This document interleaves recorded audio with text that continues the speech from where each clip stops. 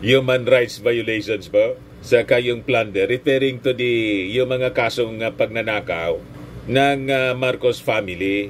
Wala man pong napatunayan. Sa human rights naman po, dahil sa martial law, justify po yung martial law imposition. Nag-rebellion po, dikrinas ng Marcos government yung rebellion. Kung hindi po, komunista na tayong bansa. Tama? At sa labanan po, pumasok sa labanan, laging may namamatay po kasi pinili nila po.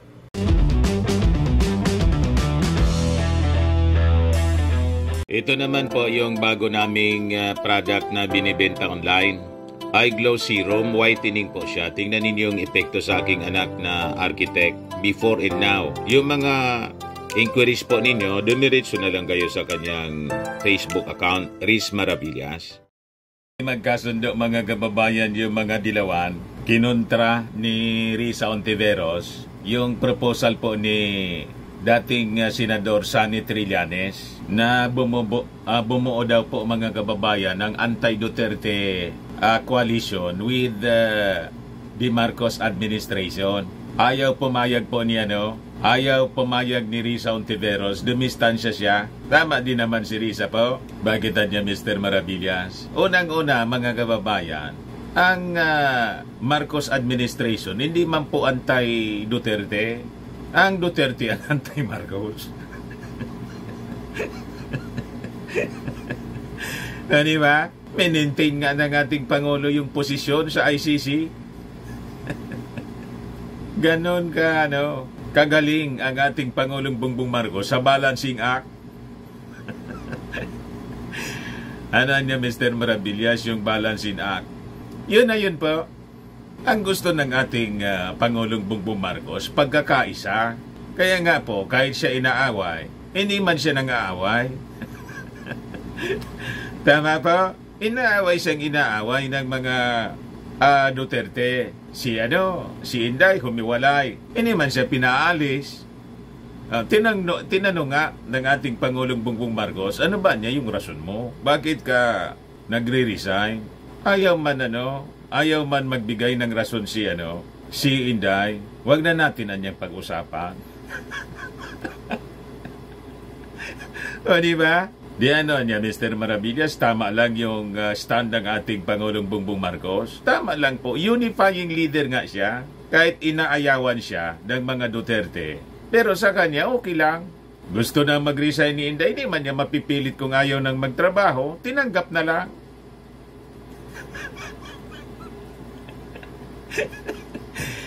Di ba? Kaya ngayon po, naghahanap na ng kapalit as DepEd Secretary. Yung mga lumilitaw na pangalan po, si Senator Angara, Sonny Angara. Tapos si Secretary Gatchalian. May iba pang mga pangalan po, may mga petitions na. Pero tingnan natin kung sino yung ipapalit ng ating Pangulong Bongbong Marcos. Hayaan natin siya kung sino. So, ito yung sabi dito sa balita po. Hindi magkasundo si Risa Ontiveros tapos si Sonny Trillanes. Yan Ontiveros distances from Trillanes anti-Duterte alliance bid. Si Ontiveros na kasi po ang kinikilala ngayon na magiging leader ng oposisyon. Siya kasi yung incumbent senator, pinakang highest opposition leader na incumbent. Si Leni Robredo po, ayaw na. Masigurado kasi siya, mga kababayan, kung mayor na lang ng Naga City. Kaysa sa tumakbo siya para senador, baka maubos yung ipon niya. Di ba? Malawak yung buong Pilipinas. So sabi dyan sa balita ng Inquirer, Senator Risa Ontiveros distanced herself from former Senator Antonio Trillanes IV proposal of anti-Duterte coalition with the Marcos administration. Sabi po ni Ontiveros, the opposition looks at forming its own offer distinct from that of the administration. Sabi ni Ontiveros, naintindihan ko niya si dating Senador Sonny Trillanes kung saan siya galing. At naintindihan ko siya dahil magkaalyado kami. At the same time, ay treasure yung pagkakakilanlan namin. At ko rin bilang oposisyon, sabi po ni, ako rin siguro ang ibig sabihin niya, sabi po ni Ontiveros. So sabi niya, I think bagamat malaga na mapigilan yung pagbalik sa ganap na kapangyarihan ng mga Duterte, at the same time niya, may mga unresolved issues sa ating kasaysayan ng human rights violations at mga plunder. Hindi ba makalimutan yan, no? Yung human rights violations ba? Saka yung plunder, referring to yung mga kasong pagnanakaw ng Marcos family. Wala man pong napatunayan. Sa human rights naman po, dahil sa martial law, justified po yung martial law imposition. Nag-rebellion po, dikrinas ng Marcos government yung rebellion. Kung hindi po, komunista na tayong bansa. Tama? At sa labanan po, pumasok sa labanan, laging may namamatay po kasi pinili nila po ang lumaban sa gobyerno. Nasabi ko nga mga kababayan, ang paglaban sa gobyerno, bawal sa Bible. Rebellion mga kababayan is a sin as witchcraft. Sabi po sa Bible, bawal ang rebellion po. Ang turo ng Bible po, pagpasakop sa gobyerno. For there is no power anya but of God. Sabi sa Romans po, the powers that be are ordained by God. Whosoever resisted the power, resisted the ordinance of God. Yan ang hindi maintindihan po ng mga nagre-rebelde sa gobyerno. Kaya pag ikaw nagrebelde sa gobyerno, siyempre yung gobyerno gagamit po ng sword. Sabi sa Bible. Sa modern time, yung sword po, ang equivalent niyan, baril. Kasi ang gobyerno po, laging may baril siya, the armed forces, to quell every rebellion. Tama po, isa mga anti-Marcos po kasi, yan ay violation ng human rights. Kumusta naman po yung authority ng gobyerno na umalsa kayo laban sa gobyerno? But anyway, posisyonin nyo yan. Ngayon, ang ating administrasyon naman po, hindi man po siya yung nagsabi na makipag-coalition kayo. May ka-unit team na po ang ating administrasyong Bongbong. At sabi nga ng ating Pangulo, wala man anyang nagbago sa unit team. Yan sabi ng ating Pangulo, yung partido anya naman, hindi naman nagbago yung partido. We are already in alliance. We are soon to be in alliance with we are already an alliance with Lakas. We soon to be with NPC. We are soon to be in alliance with NUP. We are soon to be in alliance with the Nacionalista, which is basically the same list as what we had during the 2022 elections. So the unit team is still there. If you look at the structure of the parties that ran together in the last election, that really has not changed. That really has not changed. Inulit pa ng ating Pangulong Bongbong Marcos, si Inday lang po nag-resign, humiwalay si Inday. Pero yung partido ni Inday na iniwan, kaalyado pa ng ating Pangulo. Ang leader po si Martin. So si Inday po yung nawala ng partido. So yung national party ni Inday na Lakas, iniwan niya. Matagal na niyang iniwan po. So natitira sa kanya, mga kababayan, yung Hugpong at saka yung PDP. Na yung PDP po, hindi man kaalyado, hindi man po ka-unit team. Kaya tama yung sinasabi ng ating Pangulong Bongbong Marcos na wala man anya na bago sa unit team. Other than si Inday umalis. Si Inday is not a party. Is not the party. Is just a party member na umalis. Tama? Isang boto lang siya, si Inday, mga kababayan. Kaya walang epekto, lalo pa si Inday, mga kababayan, yung kanyang popularity, yung ratings niya, pabagsak ng pabagsak. Yun ang latest po sa Tangere. Si PBBM, si Martin, pataas ng pataas. Si Inday, spaghetti pababa. Pababa ng pababa. Kaya niya, Mr. Maravillas, nagagalit sa iyo yung mga DDS. Lagi manggalit sila po.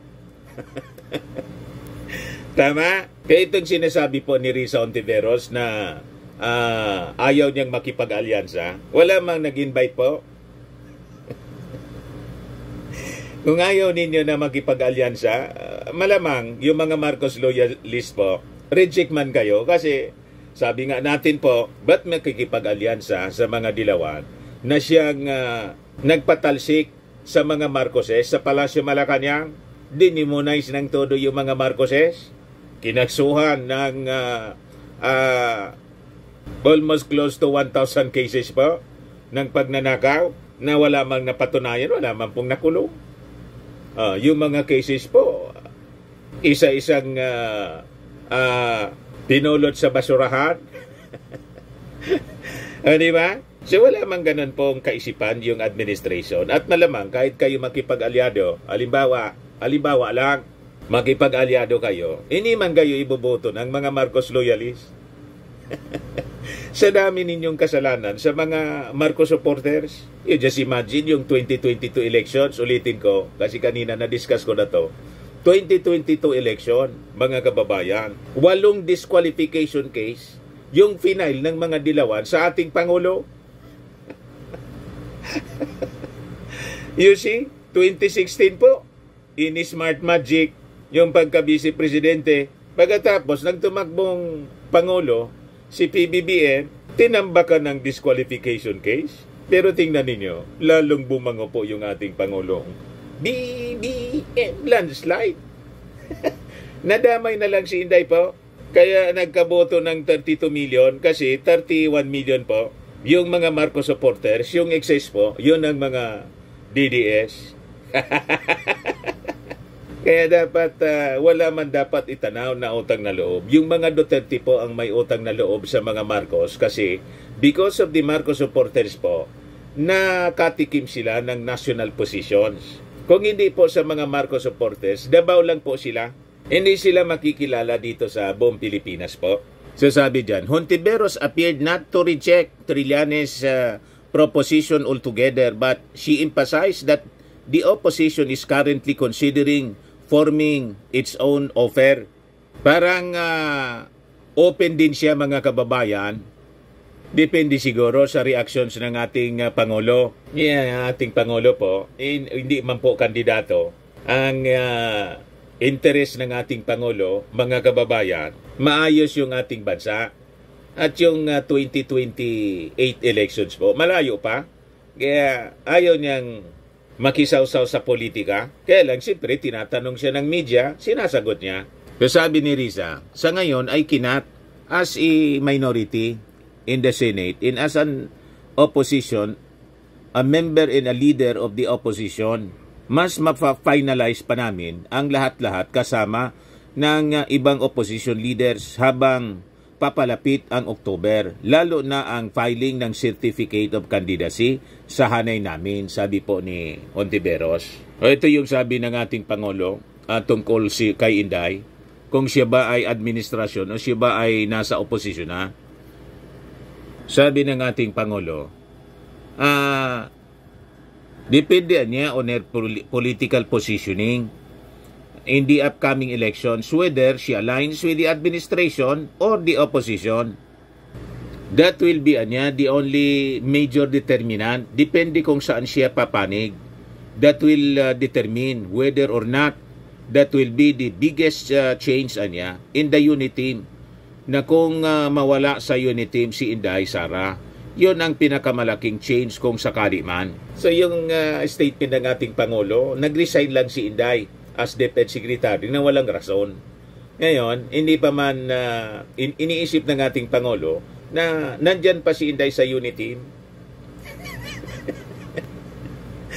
Galingan niya, Mr. Maravillas, ng strategy ng ating Pangulo. Seasoned politician po yung mga Marcoses.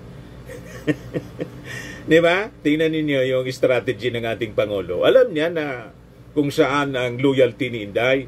Wala man po sa ang loyalty ni Inday kung siya ang endorse.